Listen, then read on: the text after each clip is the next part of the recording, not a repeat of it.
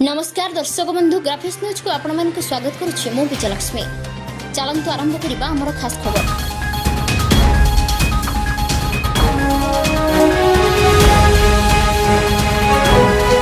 राज्य रे रेकर्ड कला कोरोना आक्रांत संख्या। आज राज्य रे सर्वाधिक 561 कोरोना आक्रांत चिन्हट।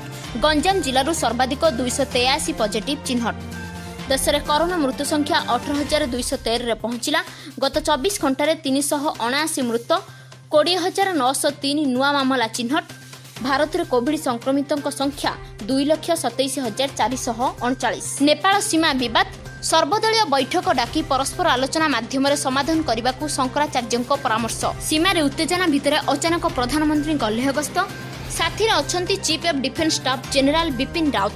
आईटीबीपी जवान सह आलोचना। ओडिशा रे कोरोना रे आउ 2 आक्रांत मृत्यु। मोट मृत्यु संख्या 29 को वृद्धि। मृतक 2 जन गंजाम जिलार। आज दिनक आचार्य हरिहर कैंसर हॉस्पिटल आउटडोर बंद। समस्त संक्रमित को भुवनेश्वर कोविड हॉस्पिटल स्थानांतर। नेगेटिव थिबा रोगी को स्वतंत्र वार्ड रे रखागला।